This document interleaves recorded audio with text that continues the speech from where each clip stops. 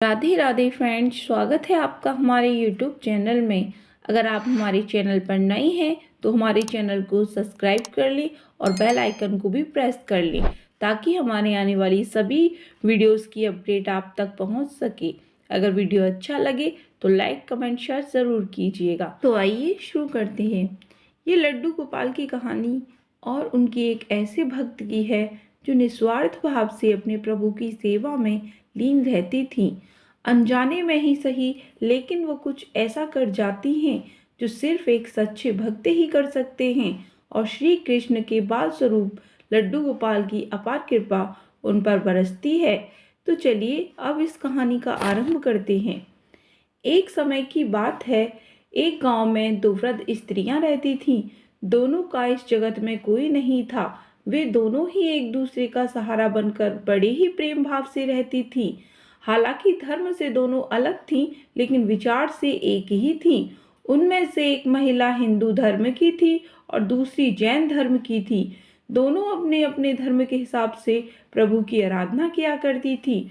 उनमें से हिंदू धर्म की महिला जो थी, उसने अपने घर के मंदिर में श्री कृष्ण के बाल स्वरूप लड्डू गोपाल को बड़े ही प्रेम भाव से विराजमान किया हुआ था और उन्हें प्रतिदिन एक बालक के भांति रोज सुबह प्यार से नहला धुलाकर सुंदर वस्त्र आभूषण पहनाकर तैयार करती थी। वह उन्हें एक बालक के समान ही मानती थी, इसलिए कभी भी बाहर जाती उनके लिए फल, खिलौने आदि चीजें लेकर आती थी और प्रेम पूर्वक उनको भोग लगाती थी।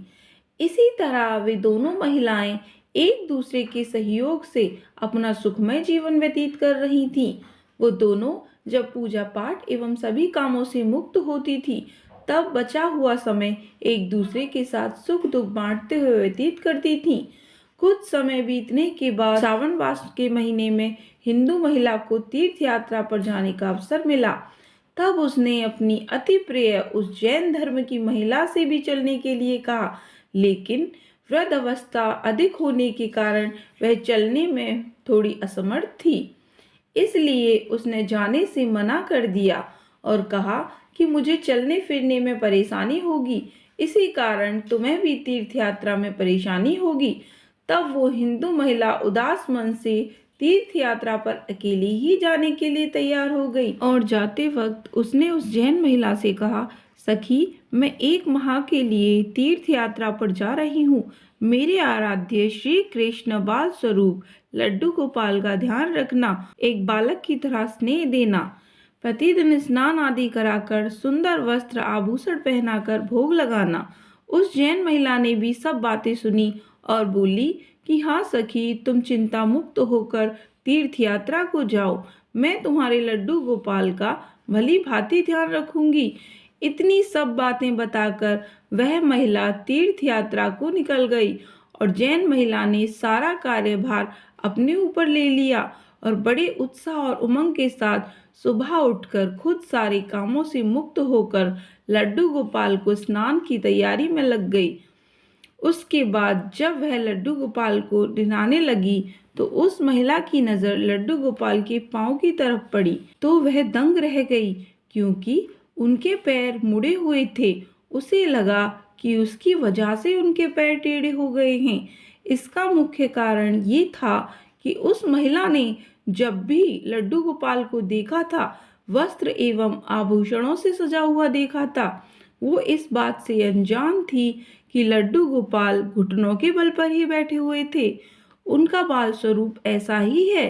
वह बहुत परेशान हो गई और सोचने लगी कि मैं अपनी सखी से क्या कहूँगी। उसने इतने विश्वास के साथ मुझे ये जिम्मेदारी दी थी और मैंने लड्डू गोपाल की देखभाल सही से नहीं की। ये सब सोचकर वह चिंता में बैठ गई और फिर उसे याद आया कि उसकी सखी ने कहा था कि लड्डू गोपाल सिर्फ एक मूर्ति नहीं है, बल्कि जीवित हैं। बस फिर क्या था, उसने निश्चय किया कि दिन प्रतिदिन उनके पैरों की मालिश करेगी और वह दिन में कई बार ऐसा ही करने लगी। और जैसे कि हमारे प्रभु श्री कृष्ण का स्वभाव है, वो हैं ही इतने कृपालु दया निधान। उस वृद्ध महिला की इस नादान भक्ति से वशीभूत होकर उन्होंने उस पर अपनी अपार कृपा लुटा दी। और एक दिन वह महिला रोज की भांति प्रातःकाल उठकर लड्डू गोपाल को नहलाने का प्रबंध कर ही रही थी कि उसकी नजर उनके पैरों पर पड़ी। उसने देखा कि उनके लड्डू गोपाल के पैर ठीक हो गए और यह सब देखकर वह वृद्ध महिला खुशी से फूली न समाई। ये सारी बातें सुनाने के लिए अपनी सखी का बेसब्री से इंतजार करने लगी। कुछ समय पश्चात जब वह हिंदू धर्म की महिला तीर्थ यात्रा पूरी करके घर वापस आई तो सबसे पहले वो अपने लड्डू गोपाल के दर्शन करने गई।